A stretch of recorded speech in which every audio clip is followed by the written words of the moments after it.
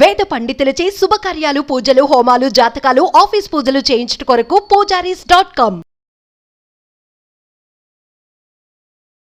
నమస్కారం, welcome to Suman TV. నేను గీతాంజలి. ప్రస్తుతం మనతో పాటు శ్రీచక్రపీఠ వ్యవస్థాపకులు, ప్రముఖ జ్యోతిష్యులు, అందరికీ సుపరిచితులైన వ్యక్తి శ్రీ ప్రదీప్ జోషి గారు. వారితో మాట్లాడదాం. గురుగారు నమస్కారం అండి. శ్రీమాత్రే. చాలా మంది కామెంట్స్ రూపంలో కూడా అడుగుతూ ఉంటారండి, శత్రుబాధలు ఎక్కువైపోయాయి, ఏ పని చేయాలన్నా భయం వేస్తోంది, కలిసి రావట్లేదు, వాళ్ళు వీళ్ళు అనే మాటలు తట్టుకోలేకపోతున్నాం, జీవితం మీదే విరక్తి కలుగుతోంది, అసలు మేము మున్ముందు రోజుల్లో ఎలా బతుకుతామా మేము కానీ మా కుటుంబం కానీ, ఇలా చాలామంది సందేహాల్లాగా అడుగుతున్నారండి. వీటికి దైవం ఎప్పుడు తోడుంటుంది కదా, ఏ రకంగా మేము దైవాన్ని ప్రార్థించాలి, ఏమైనా పూజలు చేయాలా, కొంతమంది పూజలు చేయమని చెప్తున్నారట, కొంతమంది హోమాలు చేయమని చెప్తున్నారు, ఇలా ఎన్నో క్వశ్చన్స్ వచ్చాయండి. అవి మీ ముందు ఉంచుతున్నాను. శత్రు బాధలు పోవాలంటే అసలు ఏం చేయాలి ఒక వ్యక్తి? శ్రీ గురుభ్యో నమః. శ్రీమాత్రే. నీకు ఓపిక ఉంటే నేను ఏదన్నా పూజ చేసేటప్పుడు, ఇప్పుడు 2వ తారీఖు పూజ చేస్తున్నాను, బగలాముఖి పూజ, అప్పుడు మీరు వచ్చి అక్కడ కూర్చోండి చాలంతే.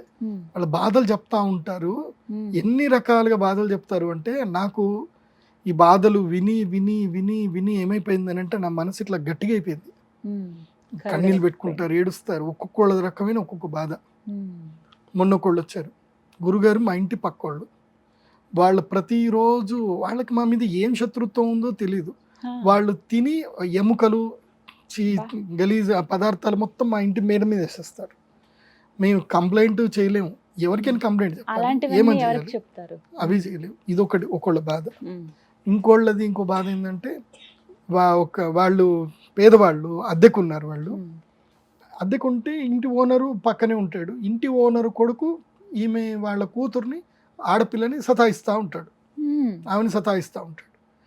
ఆమె నాన్నకి చెప్దామా అమ్మకి చెప్దామా, అమ్మకి చెప్తే అమ్మ ఏమంటది, చూడమ్మా మనకి ఈ ఏరియాలో కిరాయికి దొరకడమే కష్టము, ఇంత అద్దెకి దొరికింది, చూద్దాం మెల్లిగా, నువ్వు అవాయిడ్ చేసుకుంటూ పో. ఎంత అవాయిడ్ చేస్తారు, ఎంత ఇబ్బంది పెడతారు.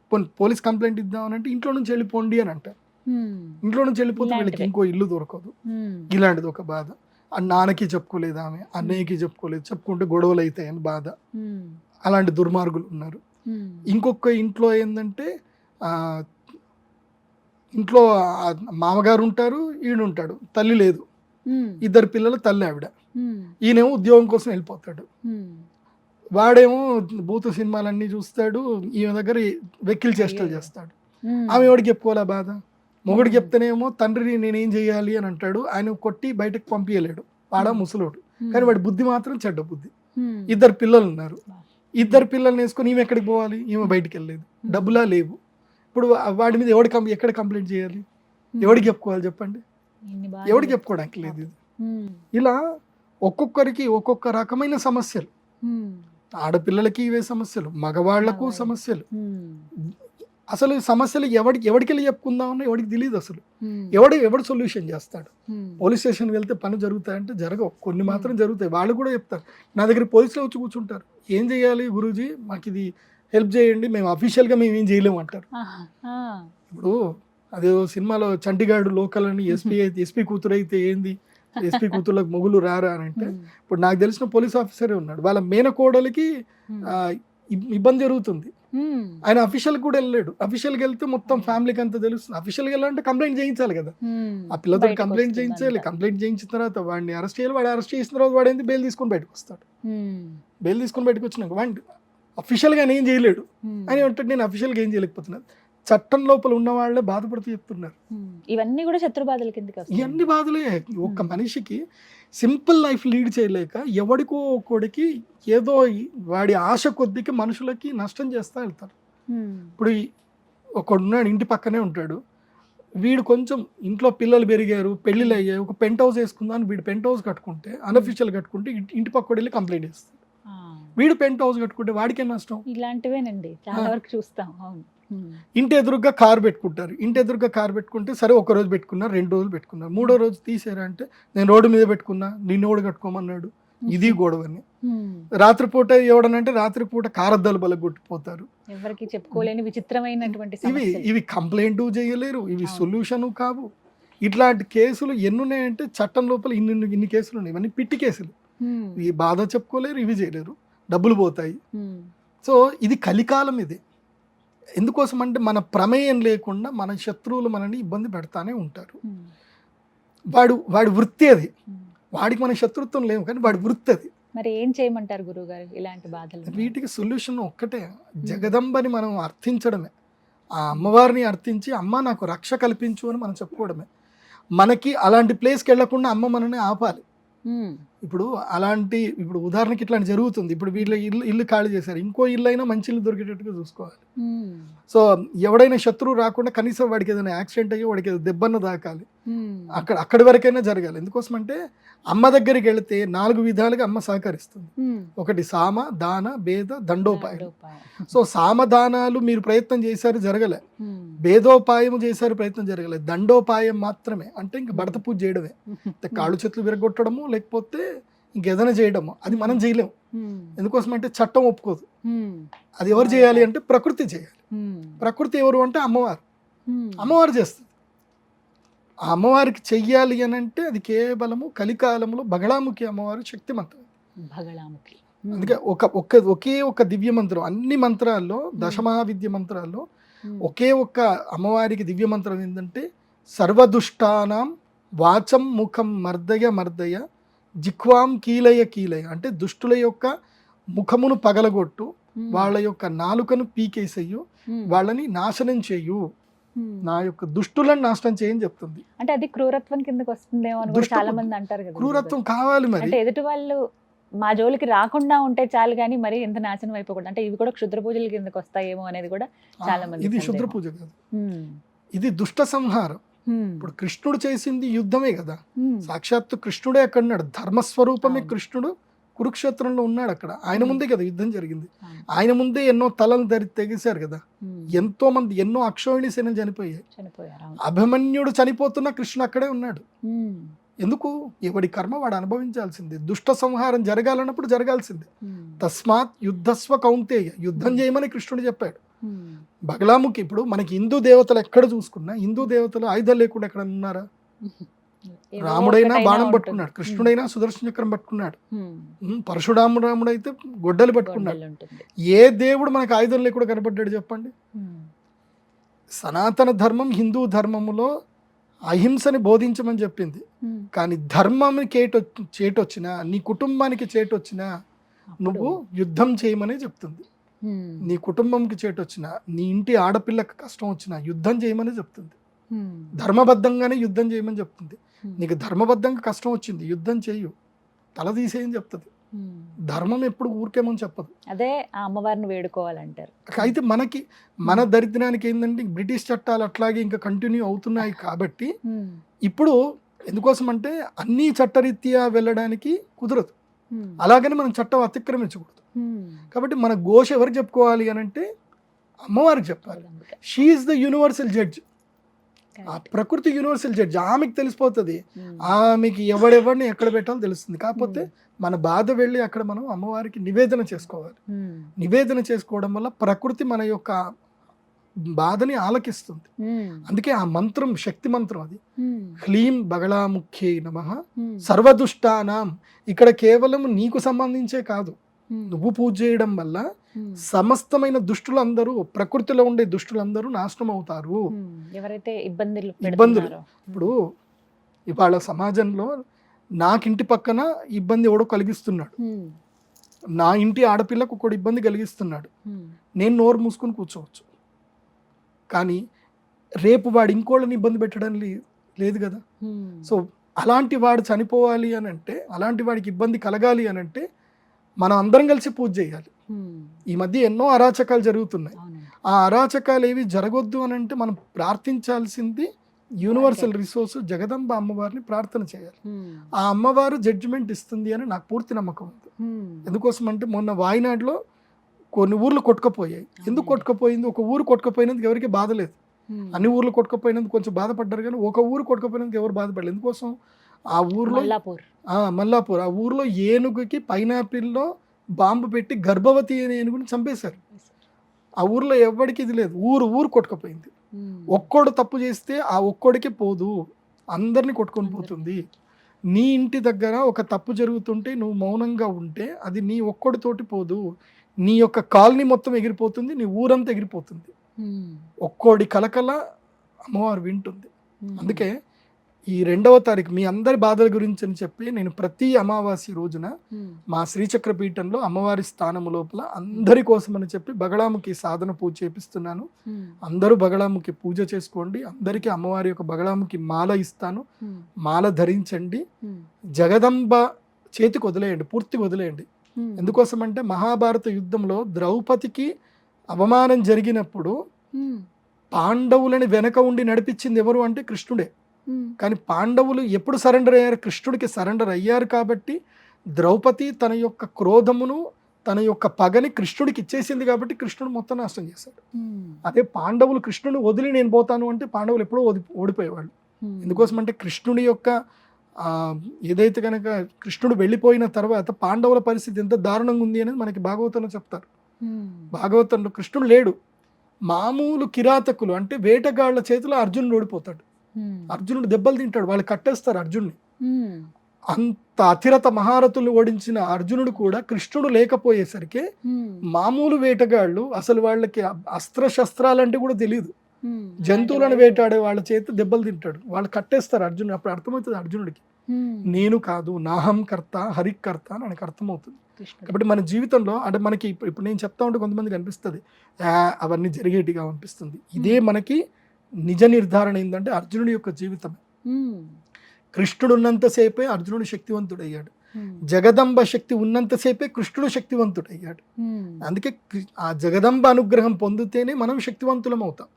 ఆ జగదంబయే మనకున్న సమస్యల్ని తొలుస్తుంది, దూరం చేస్తుంది. కానీ 100% శరణాగతి ఆమె దగ్గరికి వెళ్ళిపోవాలి, మనం వెళితేనే జరుగుతుంది. ఎలా వేడుకోవాలండి మరి అమ్మవారిని? అదే ఆ మంత్రం చదువుతూ స్వాహాకారాలు ఇస్తూ జగదంబని. ఎందుకోసం అంటే శ్రీమాత శ్రీ మహారాజ్ఞి శ్రీమత్ సింహాసనేశ్వరి చిదగ్నికుండ సంభూత దేవకార్య సముద్యత. దేవతలు కూడా తమ కార్యమును చేసుకోవడానికి ఏం చేశారు? చిదాగ్నిని వెలిగించారు. అగ్నిని వెలిగించి తమ శక్తులన్నీ అక్కడ ధారపోసారు కాబట్టే అమ్మవారు ప్రత్యక్షమైంది. సో ఇప్పుడు కూడా మన కష్టాలు వచ్చాయి అంటే మనం ఏం చెయ్యాలి? మన యొక్క శక్తి అనేటువంటిది ఏదైతే ఉందో, మన కర్మఫలం ఏదైతే ఉందో ఆ యొక్క కర్మఫలాన్ని మనం యజ్ఞ హవిస్సుల రూపంలో సమకూర్చుకొని అవన్నీ కూడా యజ్ఞము లోపల వేస్తే ఆ యజ్ఞము నుంచి అమ్మవారు వచ్చి మనని అనుగ్రహిస్తుంది. అది పీఠం దగ్గరేనండి జరిగేది? ఎలా రావాలి? ఇవన్నీ ఎక్కడ పడితే అక్కడ చేయకూడదు, ఇండ్లలో చేయకూడదు. ఎందుకోసం అంటే అంత శక్తిని ఆవాహించినప్పుడు ఆ శక్తిని పట్టుకునే శక్తి కూడా కావాలి కదా, క్షేత్రం ఉండాలి. ఇళ్లలో చేయకూడదు, ఇలాంటి పూజలు ఇళ్లలో చేయకూడదు. దశమహావిద్య పూజలు ఇళ్లలో సాధన చేయకూడదు. మంత్ర సాధన వరకు చేయొచ్చు కానీ యజ్ఞ సాధనలు అవన్నీ కూడా చేయడానికి లేదు. పీఠంలోనే నిర్వహిస్తారు.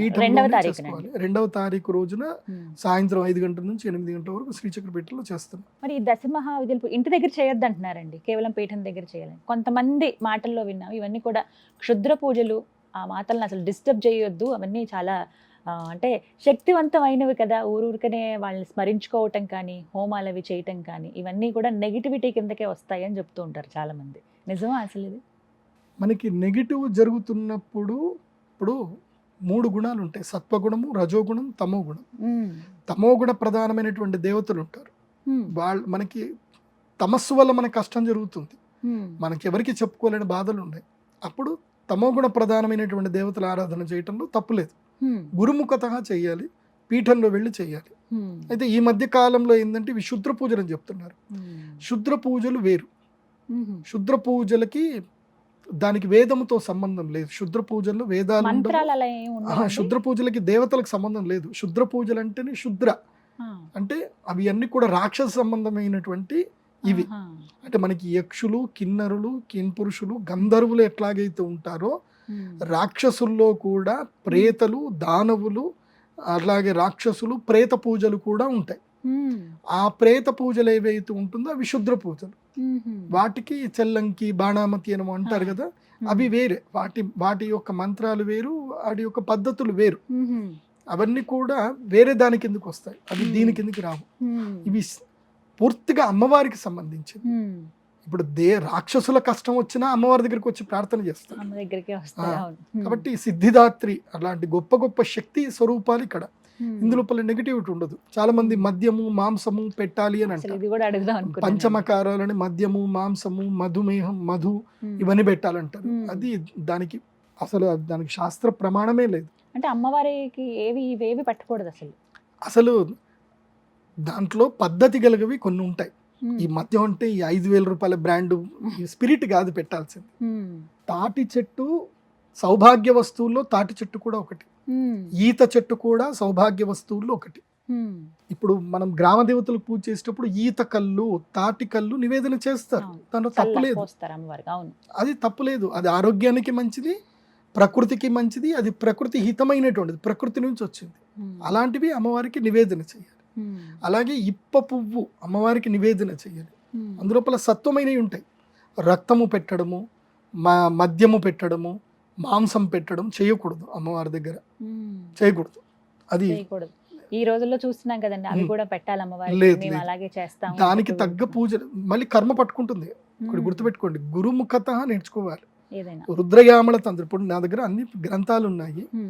ఎవరినైనా వచ్చి నన్ను అడుగుమని చెప్పంటే అక్కడ గ్రంథం లోపల చదివి శాస్త్ర ప్రమాణంతో వెళ్ళాలి. ప్రమాణం లేకుండా నీ ఇష్టం వచ్చినట్టుగా పూజలు చేసి దేవుడికి ఆపాదించకూడదు. అందుకోసం అంటే లలితా సహస్రంలో చెప్తారు, రక్తవర్ణ మాంసనిష్ట గుడాన్న ప్రీత మానస సమస్త భక్త సుఖద లాకిన్యంబ స్వరూపిణి. ఒక్కొక్క చక్రానికి ఒక్కొక్క నైవేద్యం చెప్పారు.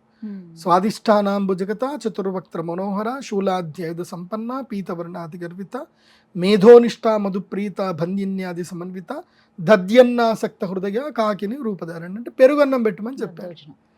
మీరు లలితా సహస్రంలో ఎక్కడెక్కడ గూఢాన్న ప్రీత మనస అని చెప్పారు, పాయసాన్న ప్రియాతొక్స్తా పశులోక భయంకరి అని చెప్పారు. ఇలా అమ్మవారికి ఒక్కొక్క నైవేద్యం, ఒక్కొక్క చక్రము యాక్టివేట్ అవ్వాలి అంటే ఒక్కొక్క నైవేద్యం పెట్టాలి. అదే నైవేద్యాన్ని మనం తినమని చెప్పారు. ఇప్పుడు మూలాధారాంబుజారుడు, మూలాధారం నీకు యాక్టివేట్ అవ్వాలి, నీకు సంతానం కలగాలి. మూలాధారం చాలా ఇంపార్టెంట్. మూలాధారాంబుజారుడ పంచవక్త్రాస్య సంస్థ అంకుశాద్రిపహరణ వరదాది నిషేవిత ముద్గౌదనాసక్త చిత్త సాకిన్యంబ స్వరూపిణి. ముద్గౌదన అంటే పెసరపప్పుతో చేసినటువంటి అన్నం తినమని చెప్తుంది. సో ముద్గౌదనం, పెసరపప్పు తింటే వీర్యశక్తి పెరుగుతుంది, అండశక్తి పెరుగుతుంది. కాబట్టి ముద్గౌదనం అంటే పెసరపప్పు అన్నము కలిపి ఉడకబెట్టుకొని దాన్ని ఆహారంగా చేసుకొని నెయ్యి వేసుకొని పసుపు వేసుకొని తిను, దాంట్లో కిచిడి అంటారు దాన్ని. సో అమ్మవారికి అదే నైవేద్యం పెట్టు, అదే తినమంటారు. సో ఒక్కొక్క చక్రానికి ఒక్కొక్క నైవేద్యం ఏందో మనకి లలితా సహస్రంలో క్లియర్గా చెప్పారు. అట్లాగే ఈ ఇందులోపల రుద్రయామణ తంత్రంలో కూడా చెప్పారు. మేము గొప్ప గొప్ప సాధనా పీఠం లోపల మేము వెళ్ళి కలిసాం. ఇలాంటివన్నీ పిచ్చి పిచ్చి పూజలు, పిచ్చి పిచ్చి వాళ్ళు చేస్తారు. అంటే పూర్తిగా అవగాహన లేకుండా, పూర్తిగా వాళ్ళ ప్రకృతి చూసుకుంటుంది. మనం ఒకళ్ళని తప్పు అని చెప్పడానికి మనకు ఆ పని లేదు మనకి. ఎందుకోసం అంటే చేయకూడదని చెప్తాం, నువ్వు తప్పు అని మనం ఎప్పుడు చెప్పకూడదు. వాడికి అమ్మవారు ఎక్కడ ఏది చూపించాలో చూపిస్తారు. సో ప్రకృతి చూసుకుంటుంది అన్ని పనులు, ప్రకృతి దైవం చూసుకుంటుంది. మనం ఒక్కోళ్ళని మీద మనం వెళ్ళి ఎవరికి పర్టికులర్గా నువ్వు తప్పు చేస్తున్నావు అని మనం చెప్పాల్సిన అవసరం లేదు. ఎందుకో వాడి కర్మ బట్టి వాడికి ఏ బుద్ధో ఆ పని చేస్తుంటాడు. సో వాడికి తగ్గట్టుగా అమ్మవారు ఎక్కడ చూడాలో అటు చూస్తుంది. అలా కాకుండా మనం మంచి మనసుతో ఉండాలని ఆవిడని ఆరాధిస్తే చాలు. కాబట్టి ఇవి శుద్ర పూజలు కావు. శుద్ర పూజలకి విరుగుడివి, విరుగుడు. ఎందుకోసం అంటే శుద్ర పూజ చేసేవాడికి ఏం అక్కర్లా, చెడు చేయడానికి ఎంతసేపు. ఒక ఇల్లు కూల్చాలి, ఇప్పుడు హైదరాబాద్లో హైడ్రా వాళ్ళు ఇళ్ళని కూల్చేస్తున్నారు. అందరూ కలల సౌదాలని కట్టుకున్నారు, కూల్చడానికి ఎంత టైం పట్టింది? చిటికేసే లోపల కూల్చేస్తున్నారు గంటలో. 2 సంవత్సరాలు కష్టపడి కట్టుకున్న ఇంటిని గంటలో కూల్చేస్తున్నారు. సో నాశనం చేయడం శుద్రశక్తి, క్రియేట్ చేయడము సంరక్షించడం అనేటువంటిది దైవిక శక్తి. కాబట్టి శుద్ర పూజల నుంచి మనల్ని మనం కాపాడుకోవాలి అని అంటే దైవం కావాలి. శుద్ర పూజలు కావాలంటే ఎంతసేపు అండి? గెలిపోయి ఒక 5 రోజుల్లో నేర్చేసుకోవచ్చు. 5 రోజుల్లో నేర్చుకుని ఒక మనిషిని నాశనం చేయడానికి ఎంతసేపు? పూజలు చేసేయచ్చు. మాకు అవి కూడా తెలుసు, నేను అవి కూడా నేర్చుకున్నాను. కాకపోతే ఏంటంటే ఇవి తెలుసుకోవాలి. ఎందుకోసం అంటే దానికి విరుగుడు చేయాలంటే ఇవి మేము తెలుసుకోవాల్సిందే. ఇప్పుడు ఉదాహరణకి ఒక డాక్టర్కి సర్జరీ చేయాలంటే ఏం చేయాలంటే ఫస్ట్ పోయి శవాలతో సావాసం చేయాలి. అనాటమీ ల్యాబ్లోకి వెళ్ళాలి, శవాల్ని చూడాలి, ఆ శవాల మీద సర్జరీ చేయాలి. ఫస్ట్ శవాలని డిస్లొకేషన్ ఎలా చేయాలి, పోస్ట్ మార్టం ఎలా చేయాలి, వాళ్ళకి అన్నీ అక్కడ నేర్పిస్తారు అనాటమీ ల్యాబ్లో ఎండి చేసేటప్పుడు. సో ఒక సర్జన్ అవ్వాలి అంటే కనీసం ఒక 100 శవాలైనా సరే ట్రీట్మెంట్ చేయాలి. చేసిన తర్వాత మనుషుల మీద ట్రీట్మెంట్కి వదులుతారు. అట్లాగే సాత్వికమైన నేర్చుకోవాలన్నా వీటి గురించిన అవగాహన అయితే ఉండాలి, జ్ఞానం అయితే ఉండాలి. జ్ఞానం లేకుండా లేదు. సో వాటికి సంబంధించిన జ్ఞానం తెలిసింది, ఇది ఇట్లాగా, దీనికి ఇది విరుగుడు. సో రోగము తెలుసుకోవాలి, మందు తెలుసుకోవాలి. ఓన్లీ మందు ఒకటి తెలుసుకుంటే సరిపోదు, రోగం ఏందో కూడా తెలుసుకోవాలి. సో అలాంటివి ఉన్నాయి. అందరికీ మేలు జరగాలి, అందరూ బాగుండాలి. అందుకే మీ అందరి కోసం అని చెప్పి బగళాముఖి దేవి యొక్క పూజలు ప్రారంభం చేశాము, అందరూ చేసుకోండి. ఇంకోటి ఏంటంటే దీంట్లో ఇది కూడా ఒకటి ఉంటుంది, సాధనా క్రమములో దైవారాధనకు ఉపయోగించేటువంటి డబ్బు ఏదైతుందో, దాని నుంచి సంపాదించిన డబ్బు ఏదైతుందో, ఇది అంతా కూడా వ్యక్తిగత జీవితానికి వాడుకోకూడదు. మరి ఏం చేస్తారండి ఆ డబ్బులన్నీ? గోడలు కట్టేసేయాలి, గుళ్ళు కట్టాలి, లేదంటే చెట్లు పెంచాలి, లేదంటే అందరికి అన్నదానం చేయడానికి వాడాలి, యజ్ఞాలు చేయాలి, వాటికే వాడాలి తప్ప పర్సనల్ లైఫ్ కి వాడకూడదు. వాడితే అది లేపు కొడుతుంది మళ్ళీ. ఇప్పుడు నేనే యాగం చేస్తున్నాను, చాలా మంది వస్తారు, ఆ యాగం నుంచి వచ్చే డబ్బులతోటి నేను ఏటో టూర్లు వెళ్తాను, తిరుగుతాను అన్నాను అనుకోండి, అక్కడ పోయినప్పుడు నాకు దబిడి దిబిడి అవుతుంది. సో నేను ఆ డబ్బులు ముట్టను. ఆ వచ్చిన డబ్బులు కార్మికులకి, ఎవరైతే గోడలు కట్టే కార్మికులు ఉంటారో కార్మికులకు ఉపయోగించాలి. ఇనుముకు పెట్టాలి, కరెంటు వస్తువులు, దానికి అమ్మవారి యొక్క ఆలయ నిర్మాణానికి పెట్టాలి తప్ప అవి పర్సనల్ గా ముట్టకూడదు. పర్సనల్ గా నేను యాజ్ అ ఆస్ట్రాలజర్గా నా పర్సనల్ లైఫ్ కి యూజ్ చేసుకునే మనీ ఏందో తెలుసా? కేవలం నా కన్సల్టేషన్ మాత్రమే. నేను తినే అన్నానికి కానీ, నేను తిరిగే కారుకు కానీ, నేను కొనుక్కునే కార్లకు కానీ, నా ఇంటి అద్దెకు కానీ వాటికే వాడుకుంటాను. మిగతా ఏవైతే పరిహార పూజలు వస్తాయి కదా, అవి నేను చేయితో కూడా ముట్టను. అవి వచ్చినట్టు గుడి కట్టించడానికి వదిలేస్తా, లేదంటే రైతులకు ఇచ్చేస్తాను, లేదంటే అన్నదానాలకు ఇచ్చేస్తాను. ఇవే చేయాలి, లేదంటే ఎవరికైనా విద్యాదానం చేయడానికైనా ఉపయోగించాలి. అవి పర్సనల్ లైఫ్కి వాడకూడదు. ఎందుకోసం అంటే చాలా మంది ప్రదీప్ జోషి గారు సంపాదించుకుంటున్నారేమో అనుకుంటారు. ప్రదీప్ జోషి గారు సంపాదించుకునేది కేవలం కన్సల్టేషన్ ద్వారా మాత్రమే. నేను మీ జ్యోతిష్యం చెప్పి బరాబర్ తీసుకుంటా, మీకు కరెక్ట్ అనిపిస్తేనే తీసుకుంటా. అది నా వృత్తి, అది జ్యోతిష్యం చెప్పడం నా వృత్తి. అది పరిహార పూజలు ఏంటంటే మీ కర్మని మీకు దూరం చేయటం. మీ కర్మను దూరం చేసి నేను ఎందుకు అంట పెట్టుకుంటా, చేయకూడదు. మొత్తం మీద 2వ తారీఖున శత్రుబాధల నివారణార్థం బగళాముఖి అమ్మవారికి 2వ తారీఖు ప్రతి అమావాస్య ఈసారి మాత్రం 2వ తారీఖు. థ్యాంక్ యూ గురుగారు, నమస్కారం. శ్రీమాత.